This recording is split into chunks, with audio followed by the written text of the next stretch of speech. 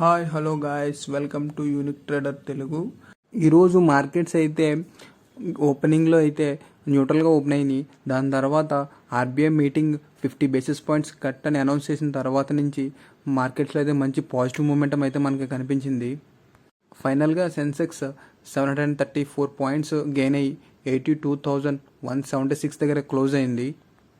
And Nifty అయితే 252 points gain అయ్యి 25,003 దగ్గర క్లోజ్ అయితే, బ్యాంక్ నిఫ్టీలో ఈరోజు CRR rate 100 basis points cut చేయడం వల్ల మోర్ దెన్ 1% 817 పాయింట్స్ గెయిన్ అయింది.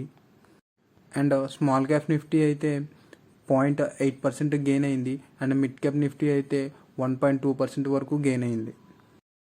ఎఫ్ఏ అండ్ డిఐ డేటా చూస్తే ఎఫ్ఏఎస్ లాస్ట్ సెషన్లో 208 క్రోర్స్ వరకు సెల్ చేస్తే డిఎస్ 2,382 క్రోర్స్ వరకు బై చేశారు. ఈరోజు ఆర్బీఐ మానిటరీ పాలసీ మీటింగ్ అయితే జరిగింది. ఇందులో అన్ఎక్స్పెక్టెడ్గా ఆర్బీఐ దగ్గర నుంచి 50 బేసిస్ పాయింట్స్ కట్ అయితే తీసుకున్నారు.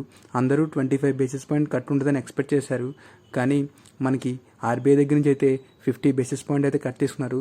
ఇది మనకి సూపర్ పాజిటివ్గా చెప్పుకోవచ్చు. దీంతో పాటు క్యాష్ రిజర్వ్ రేషియో కూడా 100 బేసిస్ పాయింట్స్ అయితే కట్ తీసుకున్నారు. దీంతో ఈరోజు మన బ్యాంక్ నిఫ్టీలో అప్టిక్ చూసాం. క్యాష్ రిజర్వ్ రేషియోస్ అంటే బ్యాంకు ఇచ్చిన అప్పుల మీద సమ్ అమౌంట్ని రిజర్వ్ చేయాలి.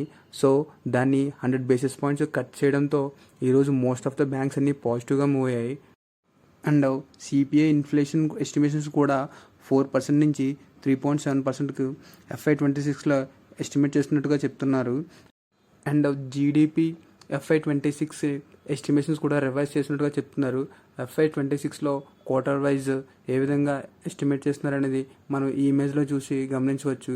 దీంతో పాటుగాని ఆర్బీఐ గవర్నర్ మీటింగ్లోని రూరల్ డిమాండ్ వెరీ స్ట్రాంగ్గా ఉందని, అండ్ అర్బన్ డిమాండ్ కూడా ఇంప్రూవ్ అవుతుందని, అండ్ ఎక్స్పోర్ట్స్ అయితే వెరీ స్ట్రాంగ్గా ఎక్స్పోర్ట్స్ గ్రో అవుతున్నట్టుగా, అండ్ మాన్సూన్ సీజన్ వల్ల మన అగ్రి సెక్టర్ కూడా గ్రో అవుతుంది. దీంతోపాటు రూరల్లో డిమాండ్ కూడా పెరిగే అవకాశం ఉంటుందని చెప్తున్నారు.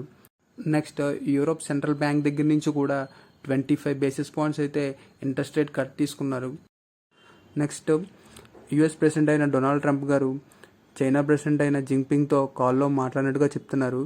వెరీ సూన్ ఒక మీటింగ్ అయితే కండక్ట్ చేసి వెరీ పాజిటివ్ కన్క్లూజన్కి వచ్చే అవకాశం ఉంటుందని ఈరోజు అయితే మనకి అప్డేట్ చేస్తున్నారు.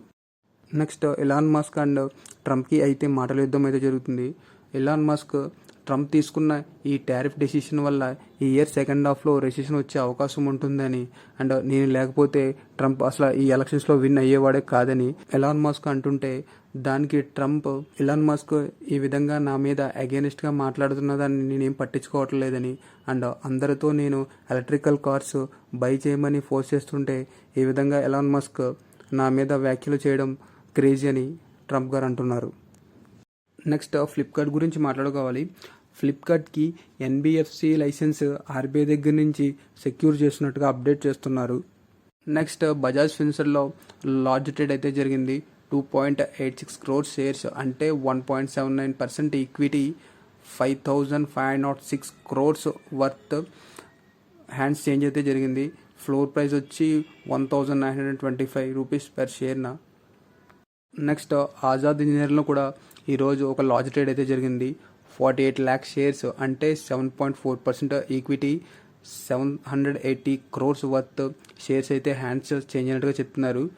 ఫ్లోర్ ప్రైస్ వచ్చి 1,640 రూపీస్. నెక్స్ట్ జేఎస్డబ్ల్యూ ఎనర్జీ గురించి మాట్లాడుకోవాలి. అదానీ ఎలక్ట్రిసిటీ ముంబై లిమిటెడ్తో ఒక పవర్ పర్చేజ్ అగ్రిమెంట్ అయితే సైన్ చేశారు. ఇందులో భాగంగా 281 మెగావాట్స్ ఆర్గానిక్ రెన్యూబుల్ ఎనర్జీ కెపాసిటీని ఇన్స్టాల్ చేయనట్టుగా అప్డేట్ చేస్తున్నారు. దీంట్లో 215 మెగావాట్స్ అయితే సోలార్ కెపాసిటీని, 66 మెగావాట్స్ అయితే విండ్ కెపాసిటీని ఇన్స్టాల్ చేయనున్నట్టుగా అప్డేట్ చేస్తున్నారు. నెక్స్ట్ కోల్ ఇండియా గురించి మాట్లాడుకోవాలి. Coal India and Indian ports, railways and రోపే corporation లిమిటెడ్తో ఒక ఎంఓఏ అయితే సైన్ చేసింది.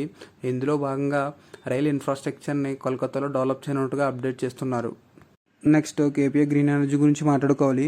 KP group and Delta electronic India కలిసి ఇండియా పవర్ గ్రీన్ ఎనర్జీ ట్రాన్సిషన్తో ఒక ఎంఓఏ అయితే సైన్ చేసింది. ఇందులో భాగంగా ఎనర్జీ అండ్ పవర్ మేనేజ్మెంట్ సొల్యూషన్స్ని ప్రొవైడ్ చేయనున్నట్టుగా ఇందులో battery energy storage systems, green hydrogen and EV charging ఇన్ఫ్రాస్ట్రక్చర్ని డెవలప్ చేయనున్నట్టుగా అప్డేట్ చేస్తున్నారు. నెక్స్ట్ వీడియోతో కలుద్దాం. Thank you for watching. Please subscribe.